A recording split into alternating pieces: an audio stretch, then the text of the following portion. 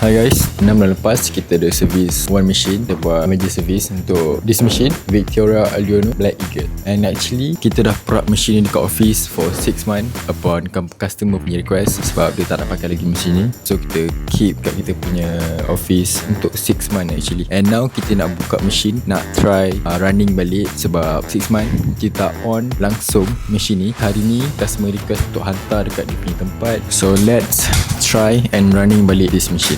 Let's go.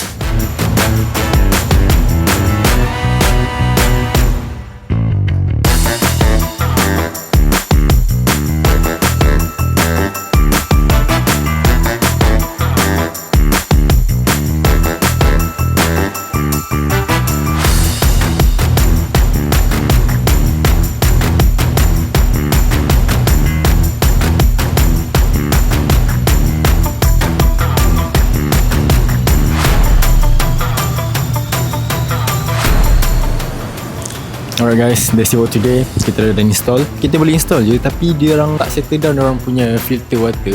So kita boleh pasang dulu, and then kita rush customer to settlekan dia punya filter water dulu, baru turn on machine. Alright, see you guys in the next video. That's what's up.